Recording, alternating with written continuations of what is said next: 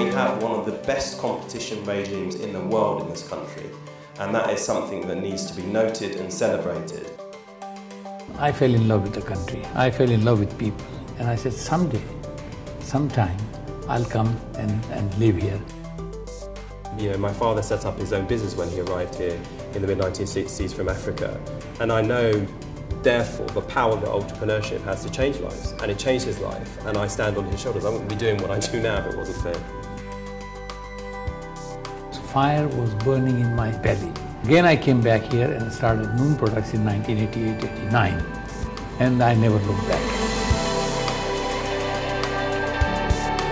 Business, enterprise, entrepreneurship really matters. If we look particularly at our small businesses and entrepreneurs, you are providing around 2/3 of private sector jobs and almost half of private sector turnover.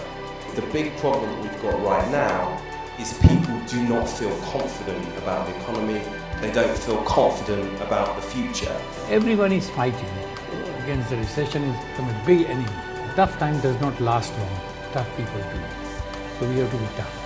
What opportunities do you feel times of austerity bring for entrepreneurs? You have to search for the opportunity. The opportunity does not walk at your home. You have to search for your business. You have to search what you want to do. Start with something small and then work your way up. Focus yourself. If you've got an idea and you want to be your own boss, go for it.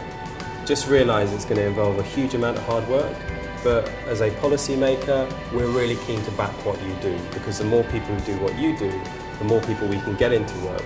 How would the Labour Party help small to medium-sized businesses compete with the big corporate firms? There is a problem on the high street. We empower local councillors, the community spokespeople, elected representatives, to not only look at the planning regime but also to consider the diversity on the high street, and secondly empower them to take into account the impact on competition. I think people are looking for a collaborative partnership approach on the part of government at all levels, local and national, to actually help provide the support to enable them to go on, prosper and grow their businesses. And so we've been talking about finance, we've been talking about regulation, infrastructure and a range of other issues which need to be addressed to provide a better environment for business people. The lack of quality in a lot of the youngsters that are coming through, the apprenticeship schemes to me don't seem to work. There's a misalignment at the moment between what is happening in our FE colleges and the whole vocational piece and what you need. So we figured the best way to resolve that is to ensure that you're more integrated into setting the standards and having some kind of say over the budget. Yes, we want to see people go on to university, but equally are important are the routes that people choose that aren't the university route. We need to see people going on and getting engineering qualifications, more of those technical qualifications, the vocational skills that our economy also needs. I did not go to university because my circumstances did not allow me. But I tell you, I can only tell youngsters here that educate yourself. Today education is this is the future currency of the world. Yes, you need a job eventually, but if you have an education, you have a better chance. The one thing we must make sure is that we're giving the younger generation the skills that you need to be able to run your businesses effectively. I thought tonight's event was fantastic and inspiring. Inspiring because there are lots of people who are obviously keen to set up their own businesses. We've even got some year 10 asking about how they can start up their own enterprises, and to have that kind of entrepreneurial zeal is a good thing to see. There's a lot of young people, there's budding entrepreneurs here today. Where does courage come from to start something that nobody else has done before? Take advice of all the consultants you like, but do what this man tells you, your inner heart tells you. You must believe in your own self. Don't give up. Never allow that thing to come in your mind. If you have some product, if you have some ideas.